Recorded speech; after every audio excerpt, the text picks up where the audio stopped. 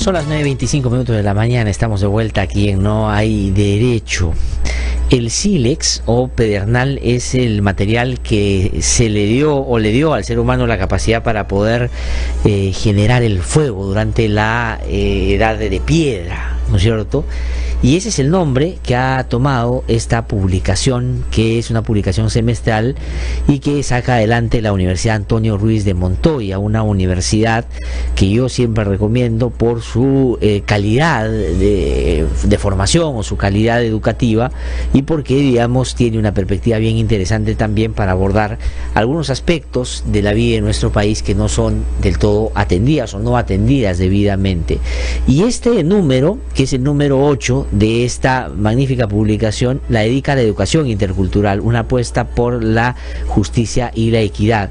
Y lo interesante es que la aborda de distintas perspectivas, desde la educación, desde la política, de la justicia, en fin, de todo aquello que un Estado de Derecho podría plantear un tema si se lo tomara en serio. Pero lamentablemente, una conclusión a la que uno llega es que esto no está viendo desde la perspectiva más democrática, desde una lógica más comprensiva.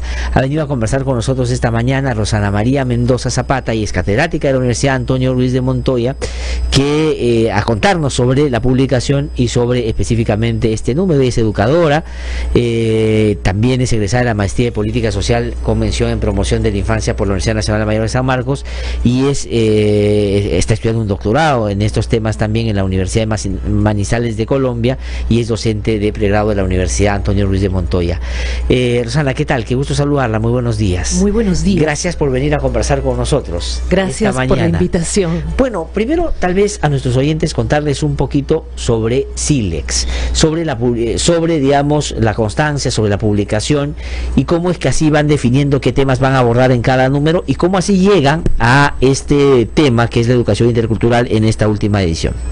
Bueno, esta es la revista académica de la universidad. Una universidad tiene la obligación, el compromiso de divulgar conocimientos, y esta es una forma de hacerlo. Las producciones de sílex responden a campos temáticos amplios, la mayoría interdisciplinarios, como es este tema, y intentan colocar algunos temas de actualidad, pero como comentábamos, no necesariamente temas que están en el día a día o en la agenda cotidiana, pero sí temas fundamentales, fundamentales para la vida de las personas, para la sociedad.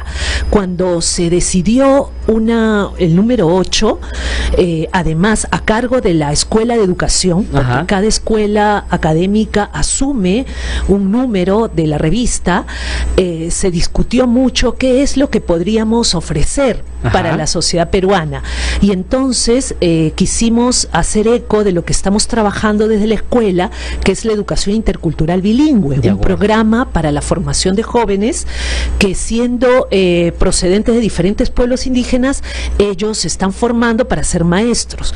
Entonces el tema de la educación intercultural consideramos que era de suma relevancia, porque aborda una cuestión muy de fondo, que es la convivencia entre peruanos que procedemos de diferentes lugares y que tenemos diferentes culturas, y que no convivimos armoniosamente porque lamentablemente existe una cierta hegemonía de una cultura, de una lengua determinada. Me refiero al castellano, me refiero al modelo vigente, que no necesariamente son compatibles con estas otras cosmovisiones. Ahora, y sin duda esa entrada, Rosana, es fundamental, porque no se trata solo de una educación o de una perspectiva, un planteamiento que busque hacer que la educación se haga en el idioma que la gente habla, sino que logre entender sus propios usos y costumbres, su propia cosmovisión.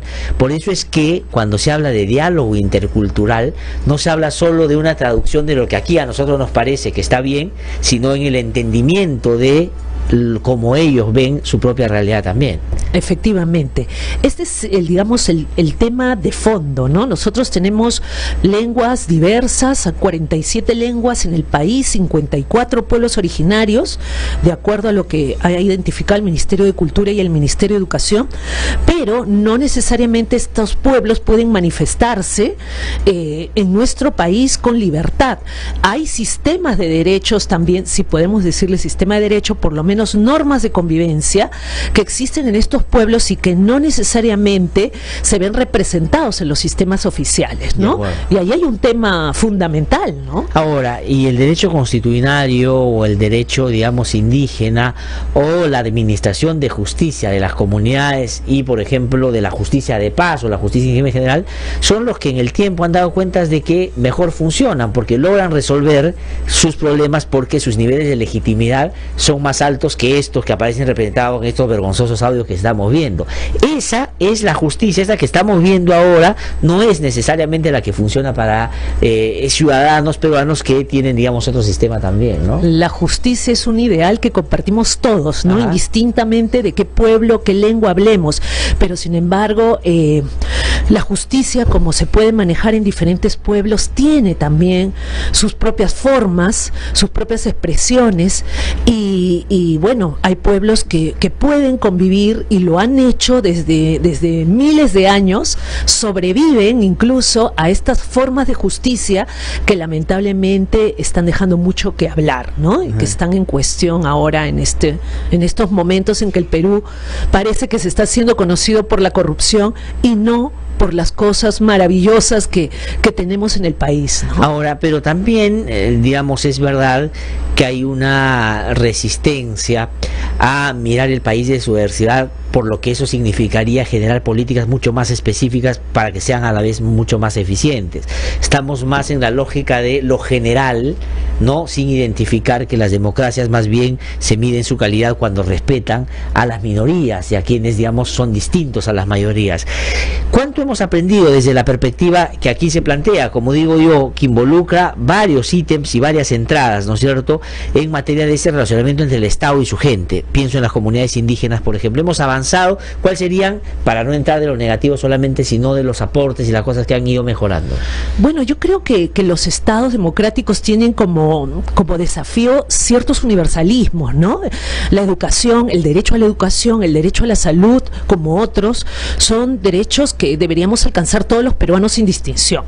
Pero estas particularidades que se dan en estos pueblos necesitan ser abordadas con responsabilidad. Y yo creo que hemos dado algunos pasos importantes, como estos reconocimientos de las lenguas que nos lo permitió el censo del 2007. Antes no teníamos esa identificación con nitidez. Tenemos también reconocidas dónde están concentradas las poblaciones indígenas, por lo tanto, qué tipo de educación debieran recibir en esas instituciones educativas.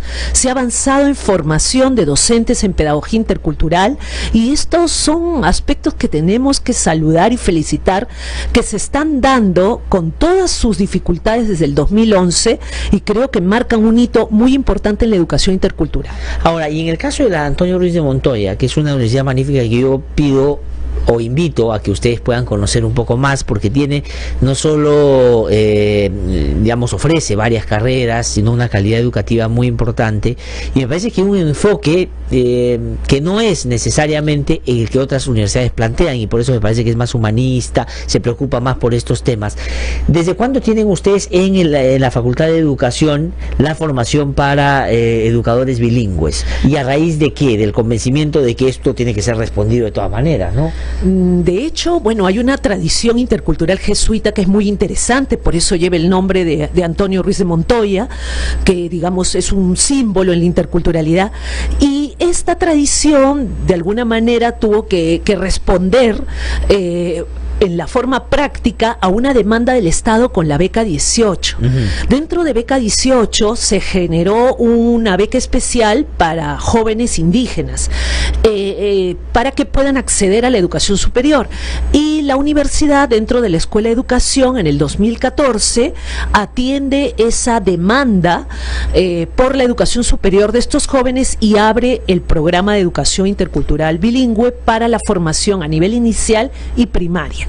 Entonces esto ha sido, digamos, un devenir de lo que la Compañía de Jesús viene haciendo durante siglos y que se ha manifestado de una manera concreta para responder a esta realidad, a esta demanda. Es decir, ¿qué tan importante es, Rosana, cuando se combinan esos dos elementos? Un Estado que se interesa por un sector que habitualmente no ha estado en su radar y una universidad que tiene esa tradición de poder llevar a la práctica de manera más sostenida ese trabajo que ya venían desarrollando, ¿no es cierto? Eso me parece que es importante. ¿Y cuántos alumnos tienen, digamos, que están estudiando esto? Ya van 4 promociones, aproximadamente 145 estudiantes, todos originarios de pueblos quechuas. Proceden de Ayacucho, Apurima, Huancavelica, Puno, que han llegado a nuestra universidad y que también nos han transformado la universidad. Sin duda. Porque no es el perfil habitual que recibía nuestra universidad, que es privada, que está ubicada en Pueblo Libre, un distrito clase media, digamos,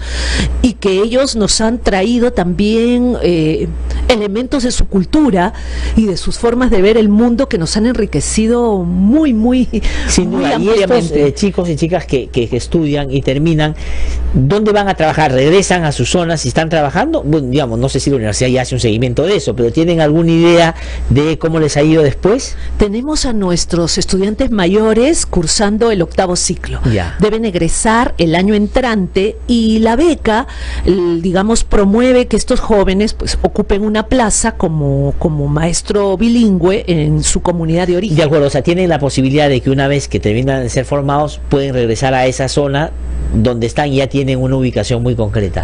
Lo que me parece que cierra ese círculo importante, ¿no es cierto?, de la formación y además la posibilidad de que lleven a la práctica eso que han aprendido. Sí, y yo creo que se están dando resultados muy interesantes porque esto de la educación intercultural bilingüe es relativamente nuevo, es una construcción y que es posible porque hay pueblos originarios que lo han demandado, que lo han exigido para sus niños, para sus niñas. También es una demanda de los jóvenes indígenas, pero a su vez no es algo que está ya empaquetado, que se tiene que hacer de tal o cual manera, sino es una educación que tiene que ir respondiendo a estas realidades diversas, que se dan en las mismas comunidades con particularidades, ¿no? Sin duda. Entonces, esto es una construcción y pensamos que estamos haciendo buenos esfuerzos para que los jóvenes que egresen puedan también construir una educación apropiada para los niños de su pueblo. Sí, ahora sobre la publicación, Rosana, si nos ayudas un poquito, tiene 17 textos, me parece, ¿no es cierto? Sí. Y hay más de 20 autores, 24 autores. Cuéntanos un poquito qué cosa van a encontrar y dónde es, eso nos preguntan, pueden encontrar esta publicación nuestros oyentes. Bueno, esta publicación en un tema que es tan complejo, que convoca muchas disciplinas del saber, pudo convocar profesionales de otras universidades, lo cual también nos honra mucho, de la Pontificia Universidad Católica, de la Universidad Cayetano Heredia, gente que ha tenido una trayectoria importante en los últimos años en el Ministerio de Educación, en la educación intercultural, y también profesionales que realizan diferentes proyectos experimentales. Me refiero, por ejemplo, al profesor Grimaldo Rengifo desde Pratec, ¿no?, que él está trabajando todo lo que son una educación a partir de las cosmovisiones de los pueblos, o me estoy refiriendo también a un maestro en ejercicio, un maestro aguajún, el maestro Oscar Chijcún, que trabaja con los jóvenes en la educación intercultural, haciendo una reflexión de lo que ha significado la educación como fenómeno, como acontecimiento que ha transformado los pueblos originarios. Y tenemos también investigaciones, la de la maestra Virginia Zavala desde la sociolingüística, que nos está poniendo en cuestión este tema del bilingüismo y cómo opera dentro de los jóvenes en formación, o del profesor Pedro Franque, economista, que él está haciendo un análisis de la inversión, ¿no?, la relación entre la política fiscal y la educación intercultural bilingüe, que los educadores no dominamos, pero necesitamos estos campos confluyendo. Y la investigación de la profesora María Mali Ibáñez, antropóloga argentina, que nos aporta una interesante experiencia con escuelas en San Juan del Lurigancho y cómo es que se tiene que dar también una educación intercultural aquí en las ciudades, ¿no? No, realmente es una publicación, yo diría, necesaria para repensar no solo la educación, sino el propio relacionamiento que tenemos con nuestro país, cuya característica principal es diversidad, pese a que a veces la política pública no lo toma así. Ese no es el punto de partida natural, ¿no? Rosana, yo le agradezco mucho por haber venido esta mañana a conversar con nosotros. ¿Y dónde pueden encontrar la publicación? ¿Qué es lo que nos preguntan nuestros oyentes? Bueno, esta es una publicación que sale a nombre del Fondo Editorial de la Universidad Antonio Ruiz de Montoya, por lo tanto la encuentran en la universidad, pero pronto va a salir en la web. Entonces estamos tratando obviamente de poderla vender, pero va a estar a disposición porque el conocimiento pues no tiene precio y hay que acceder a él, así que pronto lo van a encontrar en la página web de la universidad. Y solamente una cuestión, preguntan si este es el 8º número. No es que todos los números hayan sido sobre este tema, es cada vez le toca a una facultad distinta y han hecho varios otros temas. Sí. ¿Se sabe un poco cuáles son los otros temas que preguntan? Sí, la 7ª, por ejemplo, fue sobre humanismo y allí encuentran temas de literatura, de historia, de filosofía, y la anterior fue dedicada a temas de psicología. De acuerdo. Psicología comunitaria. Y todo eso se puede ubicar clínica. Porque lo que preguntan es si se pueden las anteriores también ubicar. Sí, están en la página web. De acuerdo, entonces lo pueden ubicar Los ahí. Los invitamos a leer nuestra revista. Por supuesto, y nosotros la recomendamos para que lo vean con mucho interés. Ha sido Rosana Mendoza Zapata, entonces, catedrática de la Universidad Antonio Ruiz de Montoya, que ha venido a presentarnos esta publicación que felizmente sale cada 6 meses. Si ustedes pueden, ahí está la publicación, si lo ves, ahí está. Nuestros oyentes lo han puesto para que lo vean nuestros oyentes a través de la televisión o a través de las redes que nos están siguiendo.